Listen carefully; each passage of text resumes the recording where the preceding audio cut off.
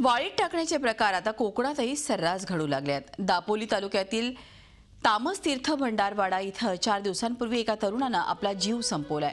गावानं वाळीत टाकल्यानं रुपेश बागकर यांना आत्महत्या केली असा दावा त्याच्या आईनं केलाय। गेल्या वर्षी गोपाळकाल्याच्या सणात काही वाद झाल्यावर वाडीनं रुपेशला या वादाला कारणीभूत ठरवत 8,500 रुपये दंड आकारला।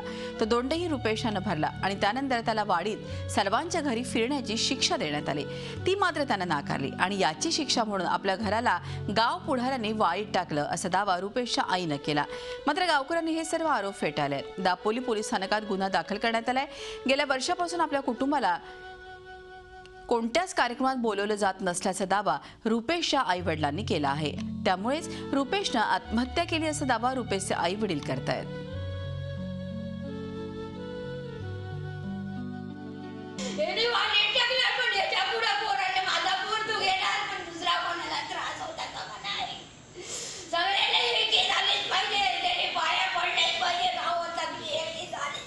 हसायचा प्रत्येक कार्यक्रमात। परवा सुद्धा गोकुळाष्टमी पार पडली, सगळे सणसूद व्यवस्थित पार पडतात। उनको किसी प्रोग्राम में शादी विदा में बुलाते नहीं थे तुम लोग?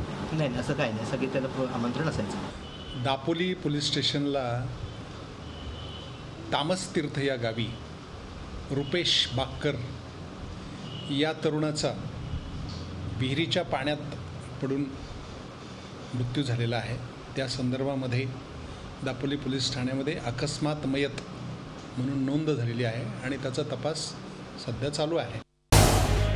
झी 24 तास रहा एक पाऊल पुढे।